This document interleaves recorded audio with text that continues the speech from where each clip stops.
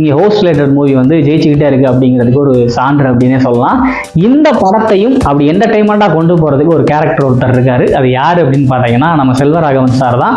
அவர் தான் நம்ம ஹீரோவாக இருக்கக்கூடிய சந்தானம் சாரையும் அவரோட ஃபேமிலியையும் வந்துட்டு இந்த கேமுக்குள்ளே கொண்டு வருவார். உள்ள ஃபர்ஸ்ட் வந்து பார்த்தீங்கன்னா ஒரு சினிமாக்குள்ளே ஒரு தேட்டரில் படம் பார்க்க போனவங்கள சினிமாக்குள்ளே கொண்டு போவார்.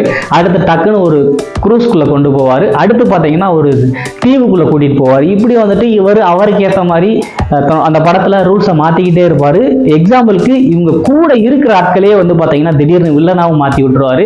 இவங்க எல்லாத்தையுமே நீ ஜெயிச்சு வந்தாதான்டா உனக்கு உன் உயிர், அது மட்டும் இல்லாமல் உன் ஃபேமிலியும் உனக்கு கிடைக்கும் அப்படின்ற மாதிரி இவர் அந்த படத்தை மூவ் பண்ணி கொண்டு போவார்.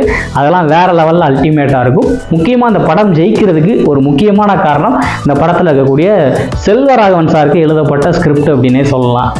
சரிங்க, எல்லாம் ஓகே. இந்த படம் பார்க்குற அளவுக்கு ஒர்த்தா அப்படின்னு கேட்டிங்கன்னா, படம் ஸ்டார்ட் ஆன ஃபர்ஸ்ட் ஹாஃப் ஃபுல்லாக வந்து பார்த்தீங்கன்னா கொஞ்சம் கடியாக